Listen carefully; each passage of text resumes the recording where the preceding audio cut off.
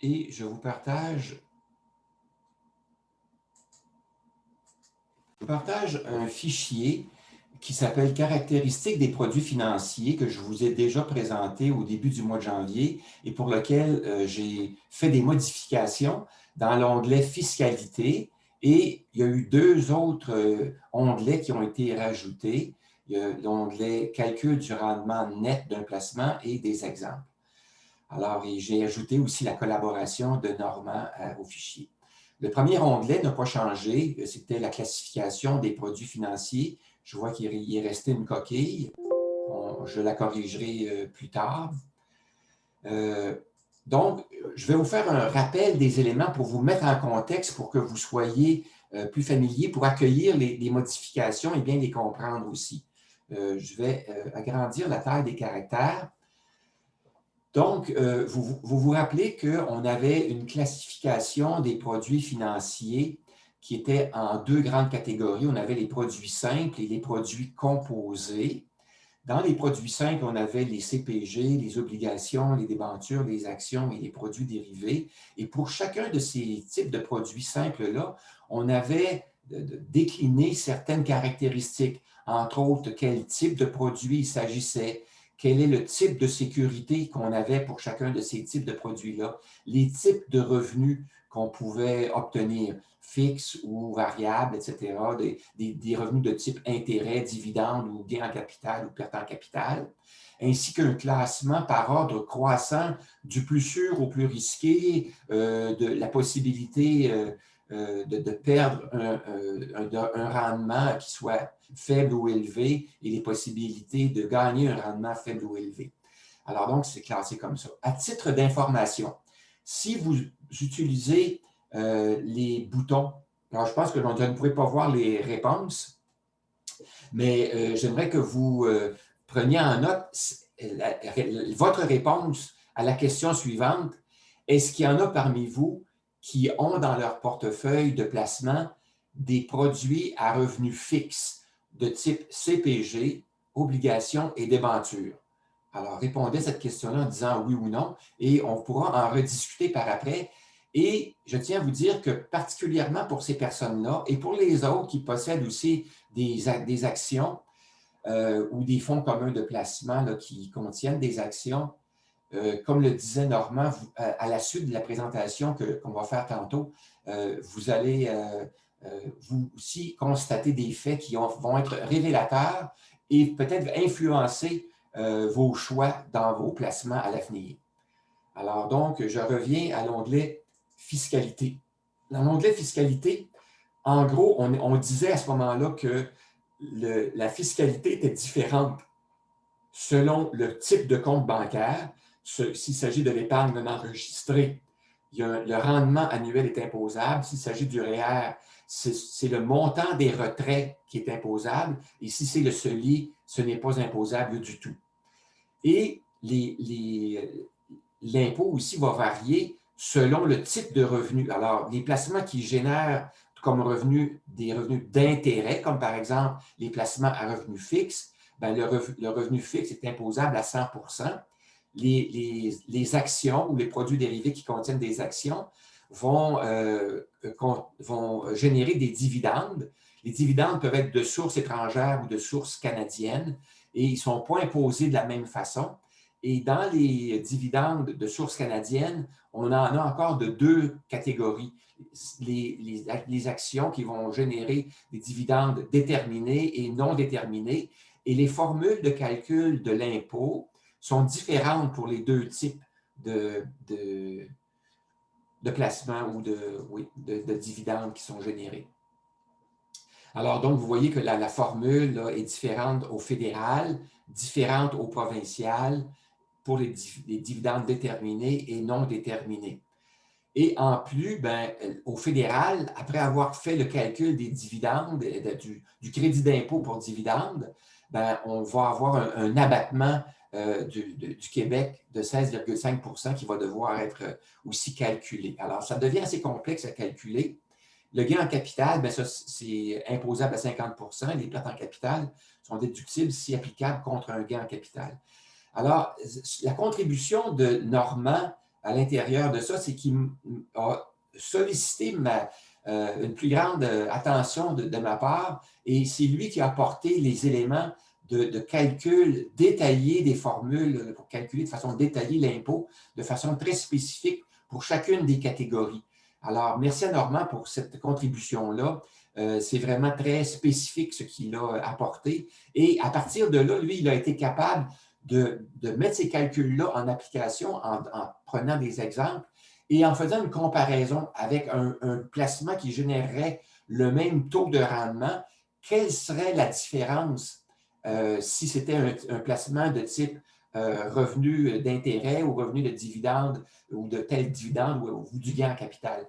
Et sur le calcul qu'il a fait, et j'ai vu que c'était complexe et ça m'a amené à développer les autres onglets plus tard. Et aussi, ça m'a aidé à comprendre que le montant du rendement net est influencé par ces formules-là, mais est aussi influencé par le taux marginal d'imposition que l'on a. Alors, le taux marginal d'imposition, un petit rappel à ce sujet-là, le taux marginal d'imposition, c'est le pourcentage d'impôt payé sur la dernière tranche de revenus imposables avant le calcul des déductions et des crédits d'impôt. On le distingue du taux moyen d'imposition. Donc, lorsqu'on fait un choix d'un placement, on choisit un placement en fonction du rendement qu'on espère obtenir et ce rendement-là va être variable selon un paquet de facteurs internes, mais aussi l'impôt va s'appliquer de façon différente, comme on a vu, selon qu'il va générer de l'intérêt, du gain en capital ou des dividendes. Alors donc, il faut connaître son taux marginal d'impôt de façon à pouvoir appliquer les bons calculs avec le bon taux marginal d'imposition. Ensuite, le taux moyen d'impôt, si on le distingue du taux marginal, il y a une petite coquille ici, le taux marginal d'imposition, le taux moyen d'imposition, c'est le pourcentage d'impôt payé sur les revenus imposables après le calcul des déductions et des crédits d'impôt. Donc, la formule est très simple pour calculer le taux d'imposition moyen, c'est l'impôt payé divisé par les revenus imposables, tandis que pour ce qui est du taux marginal d'imposition, on doit repérer la fourchette de ces revenus imposables et aller choisir à quel palier d'imposition ça correspond. Alors donc, j'ai ajouté dans l'onglet rendement l'information qui va vous permettre d'aller choisir, d'aller vérifier quel est votre taux marginal d'imposition. Donc, vous avez en haut de l'onglet fiscalité, j'ai rajouté cet élément-là, un élément où vous pouvez déterminer votre taux marginal d'imposition en vous référant à la table pour les taux d'imposition fédéraux et à la table pour les taux d'imposition du provincial. Alors, il s'agit pour vous de repérer votre palier, le taux, en fonction de vos revenus imposables. Alors, dans exemple, si vous gagnez entre 46 000 et 93 000, ce qui est mon cas à moi, alors moi, j'occuperais le palier d'imposition numéro 2. Donc, je paie au fédéral un taux marginal d'imposition de 20,5 % sur tous les revenus additionnels que je voudrais calculer lorsque je fais mes choix de placement. Et la même chose au provincial, la fourchette se ressemble beaucoup. Alors, je paierais 20 % d'impôt au provincial. Donc, je pourrais, en me référant à ces deux tables-là, inscrire dans les cellules oranges, comme vous êtes habitué à maintenant. Lorsqu'il s'agit d'une cellule orange, on peut modifier l'information et ça va générer des modifications dans les calculs. Donc, moi, les taux sont inscrits. Mais si, par exemple, quelqu'un était au taux numéro 3, il pourrait inscrire 3 et vous voyez que le taux est changé automatiquement. Alors, donc, on va y aller avec le taux 2, on verra tantôt pour les autres. Et dans la deuxième partie, ce que ça m'a incité à faire aussi avec tout ce que j'ai vu comme calcul qui était nécessaire de faire, j'ai fait un calculateur de rendement net selon le type de revenu de placement. Alors ça, c'est un autre outil là, qui s'ajoute et qui va vous éveiller, qui va vous permettre de faire vos propres tests. Alors, dans ce calculateur-là, comment ça fonctionne? C'est que vous devez inscrire, c'est une simulation, hein, et ce qui va s'appliquer là, dans ce calculateur-là, ça vaut pour tous les placements qui sont inclus dans votre compte d'épargne non enregistré, donc pour lequel il y a de l'impôt à payer sur les revenus de placement. Vous inscrivez le montant d'un placement. Alors, par exemple, vous décidez que vous placez 1 000 c'est une simulation, et que le taux de rendement qui est indiqué pour ce placement-là, par exemple, mettons, c'est 4 Alors, vous indiquez 4 et dans le bas, les chiffres vont être calculés en fonction de ce que vous aurez inscrit. Qu'est-ce qui est calculé? Alors, c'est calculé, ça va permettre de calculer en bas le rendement net que vous allez avoir compte tenu du rendement brut. Alors, si vous avez un placement de 1 000 à 4 ça va générer un rendement brut de 40 pour un an, bien sûr. Et si vous avez un placement qui génère 5 ça vous donne 50 de revenus brut. Alors, les calculs vont être faits en fonction des éléments qui sont ici. Donc, le rendement net est calculé avec les formules qu'on a vues dans l'onglet précédent pour calculer l'impôt fédéral et l'impôt provincial. Selon le type de revenu, les formules sont différentes. Alors, si vous avez des revenus d'intérêt parce que vous avez choisi un CPG, une obligation ou une débenture, ou si vous avez choisi des actions de type revenu ou des actions de type de revenus déterminés qui vont générer des dividendes déterminés ou qui vont générer des dividendes indéterminés, les formules vont être différentes. Et si ça génère du gain en capital, ben, vous aurez aussi des formules qui vont être différentes.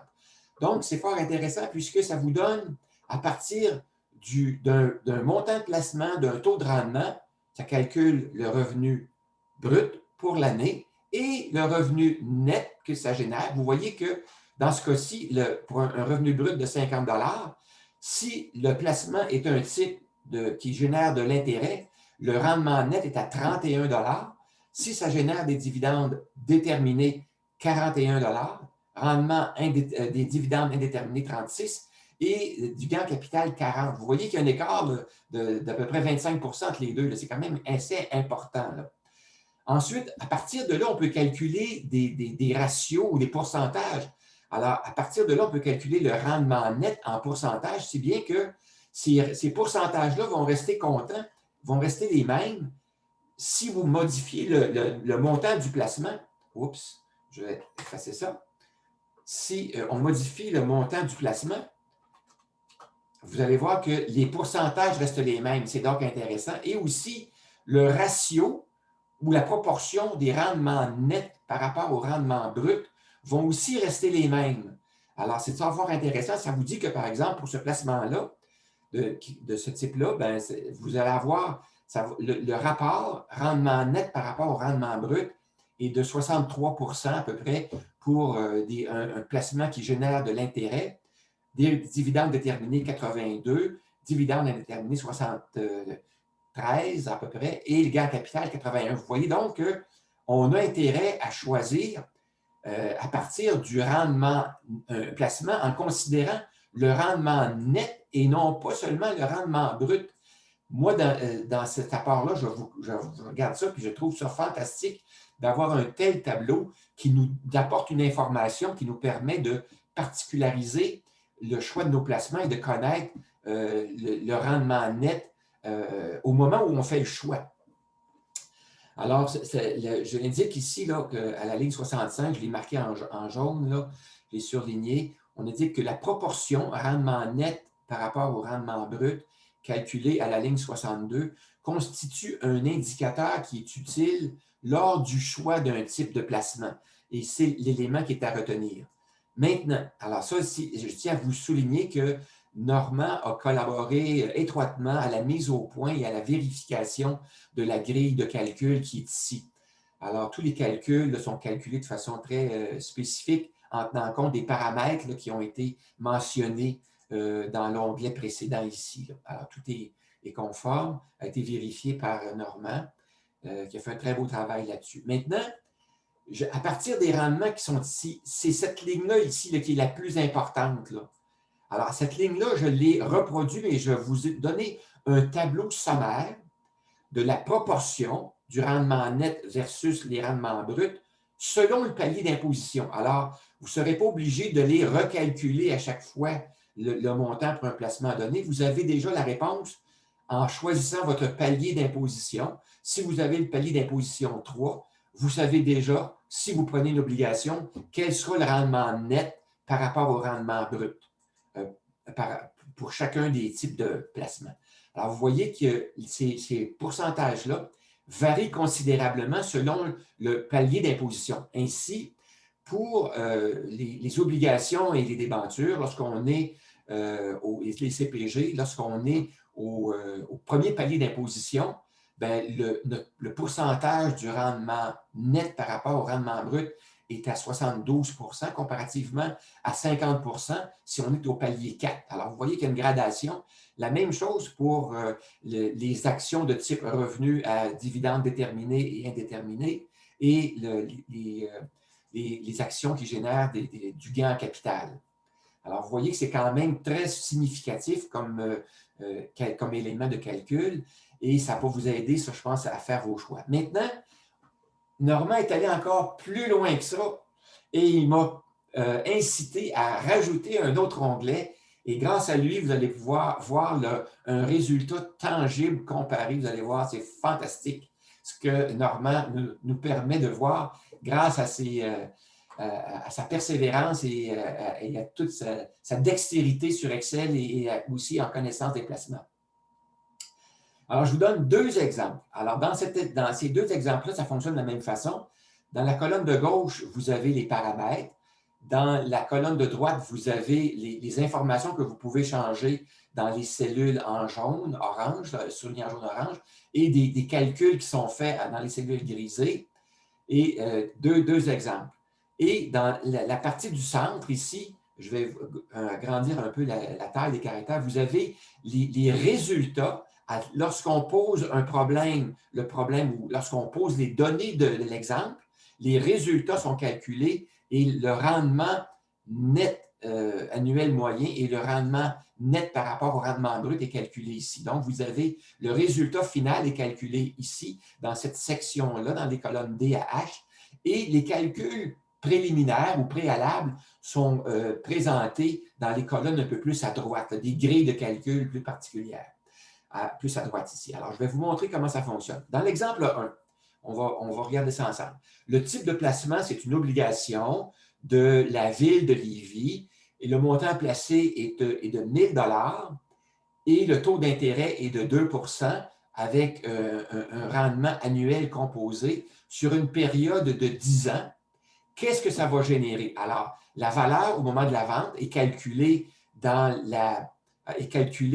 les totales des intérêts reçus sont calculés dans la grille de calcul qui est à droite ici. Là. On a les montants de le solde à chaque année avec les rendements en intérêt à chaque année est composé. Le résultat est indiqué à la fin ici et il est reporté ici. Donc, vous voyez que pour 10 ans, un placement de 1 000 $ à 2 va générer un rendement net de rendement brut, le total des intérêts reçus, 219 $.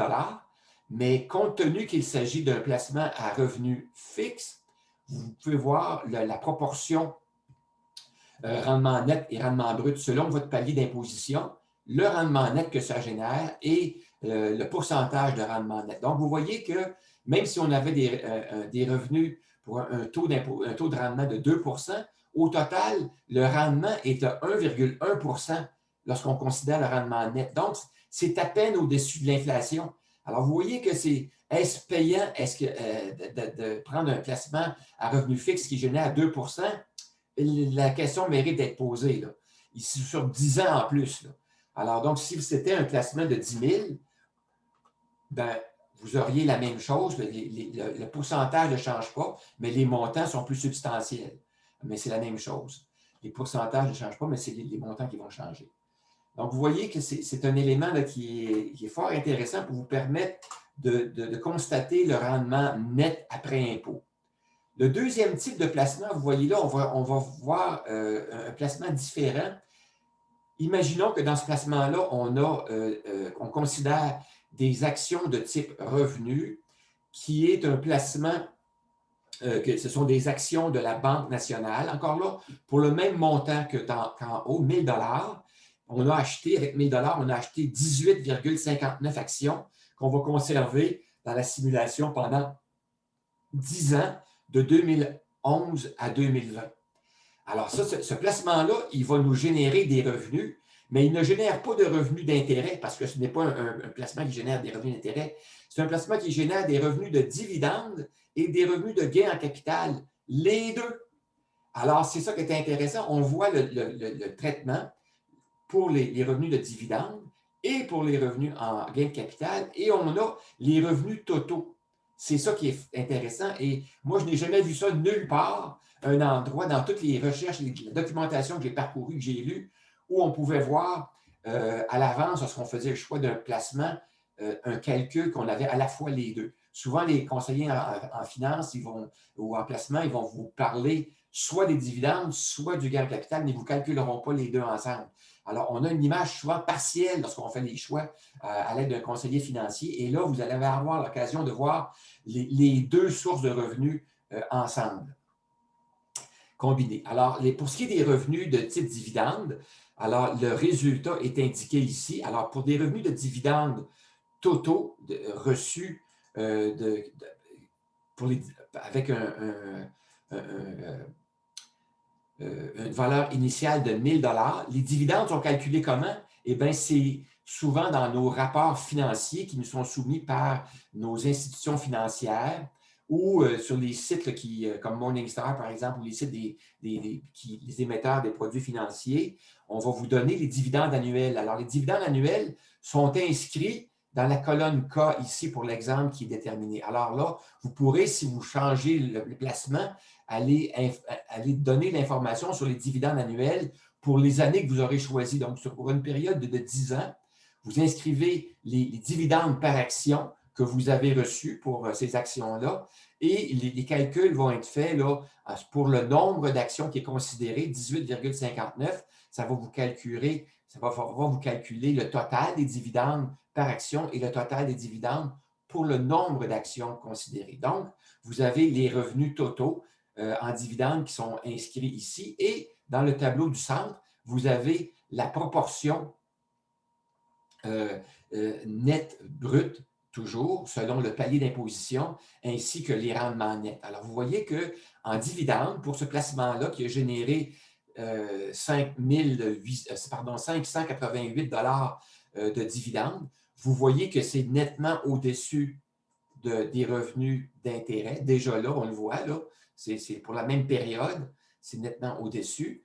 Et vous voyez que le rendement net, par contre, le rendement net 588, si on applique les pourcentages appliqués à chacun des paliers d'imposition, vous voyez que les rendements sont très, très différents. Quelqu'un qui serait au palier d'imposition numéro 1, il toucherait 563 $ comparé à la personne qui serait au palier 4 qui toucherait 294 $. Donc, vous voyez le rendement net annuel moyen que vous pouvez comparer au rendement net annuel moyen du tableau précédent. Donc, 1,1 % comparé à 3 %. Alors, déjà là, ça vous donne une bonne information pour faire un choix. Mais ça, ce n'est pas tout. Avec ce type de placement-là, non seulement on a le beurre, mais on a l'argent du beurre. Alors, on a aussi les revenus de gain en capital. Alors, les revenus de gain en capital, ils nous sont donnés au moment où on vend le placement. Alors, on simule qu'à la fin de la période de 10 ans, on vend le produit financier qu'on a eu et on constate dans nos grilles, dans nos relevés de placement de notre institution financière, quelle était la valeur de ce placement-là en date du 31 décembre de la 10e année. Donc, ça va nous calculer la valeur initiale du placement lors du 31 décembre de l'année précédente, au 1er janvier de la première année, 1er janvier de l'année 2011, ou si vous voulez, le 31 décembre de l'année 2010, va être comparé à la valeur au 31 décembre 2020. Alors, c'est ce que ça va donner. Alors, ça va vous générer la différence entre les deux génère un écart de 998 $ qui constitue le gain en capital, mais lui, il va être imposé, comme on sait, à 50 %. Donc, en l'appliquant au taux marginal d'imposition, ça va vous donner un rendement qui va être varié là, selon le taux. Alors, vous voyez que déjà pour les gains en capital, ça va vous donner un rendement. Si vous êtes au quatrième palier de 7 %, si vous êtes au deuxième palier, comme dans mon cas, ça va générer un taux de 8 %. Alors donc, si on fait la somme des revenus en dividendes et en gains en capital, on aboutit à un revenu net total pour un placement de même montant, mais de nature différente, comme vous pouvez voir. Un rendement ici au palier 2 de 1,4 comparé à un rendement de 11,8 Alors, c'est 10 fois plus de rendement. Alors, vous voyez l'intérêt d'avoir ce type d'outil-là pour faire des simulations et faire des calculs et faire le choix, et faire des choix plus éclairés, en tout cas, éclairés de cette façon-là pour le choix de vos placements. Et comme le disait si bien Normand, c'est un outil qui est très révélateur. Alors, sur ce, je termine l'enregistrement et je